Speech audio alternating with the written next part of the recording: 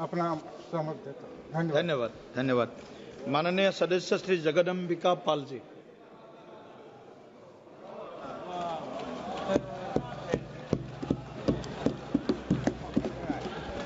आगे इधर बैठे हैं।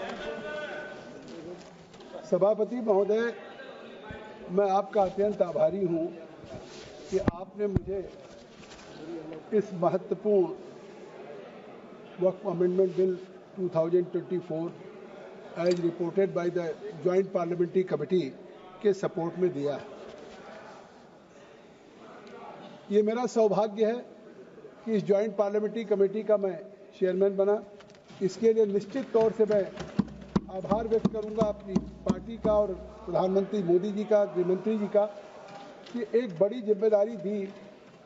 लेकिन मैं एक बात कहना चाहता हूं कि लगातार 11 घंटे हो गए जिस तरह से हमारे सत्ता पक्ष या प्रतिपक्ष के लोग हम लोग बैठे हैं।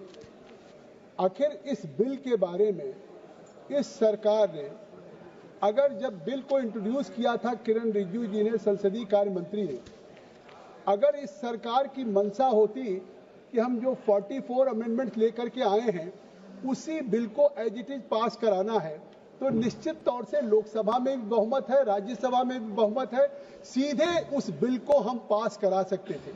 लेकिन इसके बावजूद संसदीय कार्य मंत्री जी जब बिल को इंट्रोड्यूस कर रहे थे, खड़े होकर के उन्होंने कहा पूरे देश के सामने कि हम इस बिल को पास करा सकते हैं, लेकिन हम चाहते हैं कि इस बिल को ज्वाइंट पार्लियामेंट्री कमेटी को स्पीकर साहब आप रेफर कर दें, जिससे देश के सभी स्टेक होल्डर्स के साथ, सभी राज्य के ऑफिशियल्स के साथ, या हमारे सिया सुन्नी वक्फ बोर्ड हो, इस्लामिक स्कॉलर हो, या हमारे बार एसोसिएशन हो, या फॉर्मर जजेज हो, इस्लामिक स्कॉलर्स हो, सभी के साथ हो। और मैं समझता हूं कि ज्वाइंट पार्लियामेंट्री कमेटी को रेफर किया गया और शायद इतिहास में किसी, हमारे सभी सदस्य माननीय स्टैंडिंग कमेटी के मेंबर होते हैं। एक महीने में ज्यादा से ज्यादा 2 बैठकें होती है, पूरे साल में 24 बैठक, 25 बैठक, 26 बैठक होती है। इस ज्वाइंट पार्लियामेंट्री कमेटी ने 5 महीने में 38 बैठकें करने का काम किया है। और इसके बावजूद भी ये कहा जाए 38, मैं कहता हूं जितने ज्वाइंट पार्लियामेंट्री कमेटी के मेंबर थे, आज उनमें से चाहे जावेद साहब, चाहे अभी बोल रहे थे बेनीवाल जी कि जेपीसी के चेयरमैन बोलने नहीं दे रहे थे। जेपीसी के चेयरमैन हफ्ते में 5 दिन बैठक करना चाहते थे, 4 दिन करना चाहते थे। जेपीसी के मेंबर हमारे उधर के स्पीकर साहब से जाके कहते थे कि साहब 15 दिन में 2 बैठक होनी चाहिए। तो मैं बोलने के लिए दिल पे हाथ रख के कह दें कि शायद अपनी स्टैंडिंग कमेटी में उतना बोलने का अवसर नहीं मिला होगा जितना ज्वाइंट पार्लियामेंट्री कमेटी में इन लोगों को बोलने का अवसर मिला। और आज मैं सरकार को धन्यवाद दूंगा कि ये पहली ज्वाइंट पार्लियामेंट्री कमेटी है। आप स्वीकार करें न करें, आप इसका विरोध करें, लेकिन उस कमेटी में जो आप बहुत से कंसर्न उठा रहे थे, जो आप बहुत सी बातों को उठा रहे थे, आज उस ज्वाइंट पार्लियामेंट्री कमेटी ने अपनी रिकमेंडेशंस किया। इनके प्रेमचंदन जी ने कहा जेपीसी को अधिकार ही नहीं है कि वो रिकमेंडेशन कर सके, अमेंडमेंट कर सके कानून का। गृह मंत्री जी ने उत्तर दे दिया, उसमें मुझे नहीं कहना। लेकिन आज ज्वाइंट पार्लियामेंट्री कमेटी में मैं अपने सभी सदस्यों को धन्यवाद देना चाहता हूं। ये आपका सौभाग्य होगा, इतिहास बताएगा कि जिस जेपीसी के आप मेंबर थे उसकी सारी रिकमेंडेशंस को सरकार ने स्वीकार करने का काम किया है। ये कोई साधारण बात है। आज कम से कम उस ज्वाइंट पार्लियामेंट्री कमेटी में जिस तरह से हमने डिटेल डिस्कशंस किया और डिलिब्रेशंस किया, और इसके बावजूद किसी भी मैं सदस्य से मैंने ये नहीं कहा होगा, अगर उन्होंने आधे घंटे बात रखनी चाहिए होगी, 1 घंटे रखनी चाहिए होगी, सबको मैंने पूरा अवसर दिया। 11 बजे से बैठक शुरू करते थे, 7 बजे 8 बजे तक बैठक करते थे। और इसके बावजूद मैं कहता हूं कि आज गृह मंत्री जी ने अगर ये कह दिया कि अब इसमें चाहे वाकिफ हो, उसमें न कोई सरकार का दखल होगा, न वाकिफ के इंटेंशन पे, न वक्त में कोई दखल होगा, तो जब वक्त में कोई दखल नहीं है, न वाकिफ में कोई दखल है, और इसके बावजूद भी अभी भी आपने देखा ओवैसी साहब को कि अभी उन्होंने इस बिल को फाड़ने का काम किया है। तो ये जो बात कह रहे कि ये बिल असंवैधानिक है, असंवैधानिक काम तो उन्होंने किया है जो बिल फाड़ने का काम किया है। आज मैं पूछना चाहता हूं, आज किस लिए बिल फाड़ दिया? उन्होंने कहा, चले गए, मैं पूछना चाहता हूं, उन्होंने कहा कि हमारी 123 प्रॉपर्टी है और साहब हमारे पास डीड नहीं है, उस डीड को हम कैसे देंगे, हमारी प्रॉपर्टी तो मिलेगी नहीं। मैं कहना चाहता हूं 123 प्रॉपर्टी है, बिल्कुल है। ये 123 प्रॉपर्टी किसकी है? ये हमारे जमाने की नहीं है। जब ब्रिटिशर्स ने, अंग्रेजों ने हिंदुस्तान की राजधानी को कोलकाता से दिल्ली बनाने का फैसला किया और 1911 में जब उन्होंने यहाँ के लुटियन जोन्स की लैंड को एक्वायर किया, लैंड एक्वायर करने के बाद ड्यूली कंपनसेशन दिया और अधिग्रहण कर लिया। और 1911 जो अधिग्रहण ब्रिटिश सरकार ने किया, अखिलेश जी आप भी मुख्यमंत्री रहे, अगर कोई सरकार किसी जमीन का अधिग्रहण कर ले तो फिर उस जमीन को डीनोटिफाई करके किसी को दे नहीं सकती है। यह पहली बार कांग्रेस सरकार ने डीनोटिफाई करके देने का काम किया। मैं पूछना चाहता हूं, अगर आपके पास डॉक्यूमेंट नहीं है, मैं पूछना चाहता हूं कि अगर डॉक्यूमेंट नहीं है, हमारे जेपीसी के मेंबर लोग बैठे हुए, मैं पूछना चाहता हूं ये तुष्टिकरण नहीं तो और क्या था? 1911 की जो ब्रिटिशर्स ने जमीन लिया, बैठ जाइए लाल जी, सुन लीजिए पूरी बात, आपको स्पष्ट हो जाएगा। 1911 में जो जमीन अंग्रेजों ने, ब्रिटिशर्स ने एक्वायर किया राजधानी के लिए, 1911 के बाद 1970 में दिल्ली के वक्फ बोर्ड ने कहा, जो 1911 की ब्रिटिशर्स की जमीन एक्वायर थी, कि ये वक्फ बोर्ड की है। 1970 में तो वो जो सेक्शन 40 की बात हो रही है, ये शायद देश में नहीं दुनिया में किसी को अधिकार नहीं होगा कि जो ब्रिटिश एक्वायर करके कंपनसेशन दे गए हो उसको 57 सालों के बाद वक्फ बोर्ड कह दे ये वक्फ की जमीन है, और उसके बाद ये कह रहे हैं हमें मिल नहीं रही वैसी साहब। वो मिल जाती 1984 में भी कांग्रेस यूपीए सरकार ने देने की कोशिश की, 2014 में भी देने की कोशिश की। आप अपनी कैबिनेट देख ले, सरकार देख ले, 5 मार्च 2014 को चुनाव का मॉडल कोड ऑफ कंडक्ट जारी हुआ था। आप सबको याद होगा, आप सब लोगों में से बहुत से सांसद लड़े थे, जीते थे। 5 मार्च 2014 को मॉडल कोड ऑफ कंडक्ट लागू हुआ और उसके ठीक 2 दिन पहले 2 मार्च को यूपीए सरकार ने एक कैबिनेट बैठक किया और कैबिनेट बैठक करके उस 123 प्रॉपर्टी को डीनोटिफिकेशन करके कहा इसको वक्फ बोर्ड को दे दिया जाए। धन्यवाद है हाई कोर्ट को, सुप्रीम कोर्ट को। आज वो हाई कोर्ट के स्टे से रुका हुआ है, नहीं तो इस सरकार ने, तत्कालीन सरकार ने तो देने का काम कर दिया था जो असंवैधानिक था। सुन लीजिए धर्मेंद्र जी, सुन लीजिए धर्मेंद्र जी, सुनिए। सुप्रीम कोर्ट के फैसले के, हाई कोर्ट के फैसले के बाद कोई अधिग्रहित और मुआवजादारी दी गई जमीन किसी दूसरी इकाई को नहीं दिया जा सकता। सरकार किसी संपत्ति का अगर अधिग्रहण कर ले, मुआवजा दिया जा चुका तो डीनोटिफाई नहीं कर सकता। ये काम कोई कर सकता है कि इस तरह से संविधान और कानूनी प्रावधानों का अगर कोई उल्लंघन कर सकता है और इस तरह की सरकारी संपत्तियों को गैर कानूनी तरीके से ट्रांसफर करने की कोशिश केवल तुष्टीकरण करने के लिए कांग्रेस यूपीए की सरकार ने किया था, ये मैं कहना चाहता हूं। और इतना नहीं, आप इसको अनकॉन्स्टिट्यूशनल कह रहे हैं कि ये अनकॉन्स्टिट्यूशनल आखिर कैसे है? आप ये बताइए कि अनकॉन्स्टिट्यूशनल है। आज किसी देश में जो 1995 जिस प्रिंसिपल एक्ट की बात कर रहे हैं, 2013 की प्रिंसिपल एक्ट की उस अमेंडमेंट की बात कर रहे हैं, 1995-2013 में बहुत से साथियों ने केवल एक सेक्शन 40 की बात कही है। मैं कई सेक्शन हैं, क्योंकि देश को जानना चाहिए कि आज उस 1995 और 2013 में अमेंडमेंट करके इस तरीके से वक्फ बोर्ड को इतनी अनलिमिटेड पावर दी गई और उसको अमेंडमेंट करके कि वो अनलिमिटेड पावर वक्फ बोर्ड की संविधान से ऊपर हो गया और वक्फ को सेक्शन 40, सुन लीजिए सेक्शन 40, और हम पढ़ना नहीं चाहते कल्याण जी, हमारे पास किताब भी रखी हुई है 95 का, क्या बात, मैं सेक्शन का नाम ले रहा हूं, पढ़ के नहीं सुनाऊंगा। सेक्शन 40 और आप पढ़ लीजिए किताब खोल के, सेक्शन 43 उसके 1995-2013 एक्ट में, I am not yielding mister Raja, I have already yielded in JPC committee, I have given you enough time in JPC, अब kindly listen, kindly sit down please. आप मैं कह रहा हूं वक्त घोषित करने की संपत्ति सेक्शन 44(3) में इन्होंने कहा कि वक्फ बोर्ड की जमीन, किसी जमीन को चाहे वो किसी के पास बरसों से हो और उस जमीन को भी वक्त घोषित कर सकते हैं। तो ये किसका वायलेशन है? ये वायलेशन है आर्टिकल 300A का, राइट टू प्रॉपर्टी का वायलेशन है, और इन्होंने वो वायलेशन किया है, संविधान का उल्लंघन किया है। कि इसके बावजूद कि हमारे जो वक्त के है वो article 300A right to property का उल्लंघन किया है। वक्फ बोर्ड बिना किसी सुनवाई के संपत्ति ले नहीं सकता। फिर आप सुन लीजिए, मैं सेक्शन 32 की बात कर रहा हूं, 95 में सेक्शन 32 में किसी भी प्रॉपर्टी को बिना कंपनसेशन के टेक ओवर करने की शक्ति वक्फ बोर्ड को दे दिया गया। ये सेक्शन 32 में, ये भी आर्टिकल 300A का राइट टू प्रॉपर्टी का सीधा उल्लंघन है।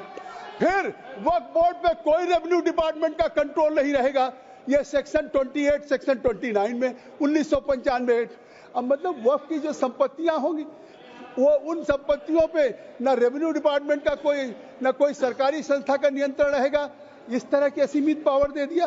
फिर सेक्शन 51 और 52 में उन्होंने कहा कि जब चाहे सरकार वक्फ संपत्तियों को डिनोटिफाई कर सकता है। इस बार अभी तो हमने शुरू किया, मैं चेयरमैन था, अभी मैं बताता हूँ, मैं चेयरमैन था, ये नहीं होगा, समझिए। और सेक्शन 6 सुनिए गंभीर, अरे सुनिए, और ये कहा सेक्शन 6 और 7 में amendment, Kalyan Banerjee candidate seat, अब now I'm not needing. You go through the section 6 किसी कोर्ट में चैलेंज नहीं किया जा सकता है। 95 के सेक्शन 6 और 7 में वक्फ बोर्ड को इतना पावर दे दिया सेक्शन 6-7 में कि वो लोग किसी भी सिविल कोर्ट में नहीं जा सकते। आज का दिन ऐतिहासिक होगा, जब भी वक्फ की चर्चा होगी तो याद किया जाएगा कि राइट टू अपील किसी ने दिया था, तो नरेंद्र मोदी की सरकार ने दिया था। ये अधिकार है, और रिवीजन की बात करते हैं, रिव्यू की बात करते हैं, गृह मंत्री जी ने जैसे कहा रिट की बात करते हैं, लेकिन अपील का अधिकार जो मौलिक अधिकार होता है वो इस सरकार ने पहली बार देने का काम किया है कि कोई व्यक्ति हाई कोर्ट तक जा सकता है, सुप्रीम। अरे और बैठ जाओ, कहते पसमानदा, हम ये गुड गवर्नेंस की बात है, केवल पसमानदा की बात नहीं कर रहे हैं कि ये कहते हैं कि आप डिवाइड कर रहे हैं, पसमानदा की बात कर रहे हैं, खवातीन की बात कर रहे हैं, बच्चों की बात कर रहे हैं, ऑर्फन की बात कर रहे हैं, क्यों नहीं करेंगे? सच्चर कमेटी ने क्या रिकमेंड किया था? सच्चर कमेटी ने कहा था कि आज मुस्लिम महिलाओं की 51% इलिटरेट है, 6% हायर एजुकेशन में नहीं है, मुस्लिम्स की स्थिति SC/ST से भी खराब है। ये हमारे सब लोग सच्चर कमेटी ने कहा था कि इनको इंप्रूव करने की जरूरत है। आज जैसे आपने स्वामीनाथन की रिपोर्ट को ठंडे बस्ते में डाल दिया था, उसको लागू करने का काम किसानों के लिए मोदी सरकार ने किया। आज फिर उसी तरीके से, सुन लीजिए, फिर आज उसी तरीके से जैसे स्वामीनाथन की report, Swaminathan committee Congress UPA ने बनाई, लेकिन उसकी रिपोर्ट को लागू करके किसान के आय को दुगना करने का हमने काम किया। आज उसी तरीके से सच्चर कमेटी का, मैं I am addressing to chair, आप मत देखिए, आप सभापति जी उधर मत देखिए, हमको देखिए, हाँ बस आप हमको देखिए, आप बिल्कुल चिंता करें, समझे? तो मैं आपसे कहना चाहता हूँ उसी तरीके से सच्चर कमेटी बनाई इन्होंने, और सच्चर कमेटी की क्या रिपोर्ट है, हम क्यों लाए हैं? आज ये हमारी सरकार ये अमेंडमेंट क्यों लाई है? मैं गंभीरता से कहना चाहता हूं, 2006 से 14 तक सच्चर कमेटी की रिपोर्ट के बाद भी इस कांग्रेस को चिंता नहीं हुई कि पसमानदा, ओबीसी, खवातीन, ऑर्फन, इन मुस्लिम गरीब लोगों का क्या होगा। अगर उसकी चिंता हुई तो आज मोदी सरकार को चिंता हुई, और केवल चिंता नहीं हुई, आज इस बिल को लाने का उद्देश्य क्या है? इस बिल को लाने, चिल्लाइए मत, इस बिल को लाने का उद्देश्य क्या है?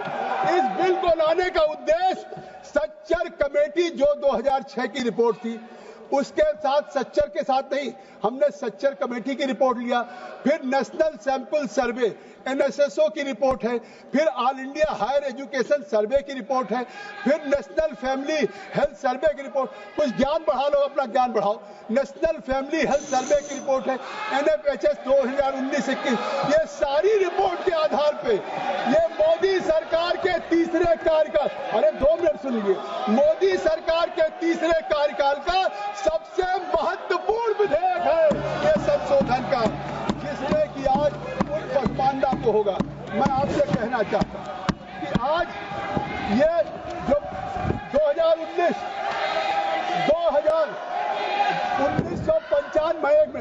1995 हो, 2013 हो, आज तो उन्होंने उस समय अनकॉन्स्टिट्यूशनल पास किया था। मैं बता दूं कि 1995-2013 में इन्होंने आर्टिकल 14 का उल्लंघन किया, आर्टिकल 15 का उल्लंघन किया, आर्टिकल 19 का किया, आर्टिकल 21 का किया, आर्टिकल 300A का किया। उस समय संविधान के इसका उल्लंघन करके और फिर भी उन्होंने 95 और 2013 को चुनाव के लिए अमेंडमेंट किया। मैं एक बात कह देना चाहता हूं कि आज क्यों वक्त संपत्तियों को विशेषाधिकार दिया जाएगा। मैं आज कहना चाहता हूं, हमेशा याद किया जाएगा, ये याद किया जाएगा कि अगर वक्फ बोर्ड में पसमानदा आए, OBC आई, कारण महिलाएं पहले से थी, आज तक कैलकुलेट कर लीजिए केवल 8 महिलाएं आई आज तक, जब से 95 बना, और अब मैंडेट हो गया कि हर वक्फ बोर्ड में 2 होंगी महिलाएं और हर काउंसिल में हमारी 2 महिलाएं होंगी लिस्टेड, और ये मैंडेट है। और आर्टिकल 14 का उल्लंघन कैसे है मैं बता दूं, वक्फ संपत्तियों को विशेषाधिकार दे दिया गया। अन्य धार्मिक संस्थान जैसे हमारे तेजस्वी कह रहे थे कि हम मंदिर को नहीं दे सकते, चर्च को नहीं दे सकते, गुरुद्वारे को नहीं दे सकते, जैन को नहीं दे सकते, केवल वक्फ को विरोध। ये आर्टिकल 14 का इनका 95-2013 का था कि सरकारी भूमि पर वक्फ बोर्ड स्वतः दावा कर सकता था, अन्य धर्म को सुरक्षा नहीं थी। फिर आर्टिकल 15 धर्म के आधार पर भेदभाव का सेकंड में समाप्त कीजिए। एक केवल बात, अभी स्पीकर साहब को 5 मिनट देंगे ना, आप चले जाइए, स्पीकर साहब 5 मिनट देंगे। स्पीकर साहब बहुत ही very kind enough to me. Speaker साहब बहुत मेहरबान रहते।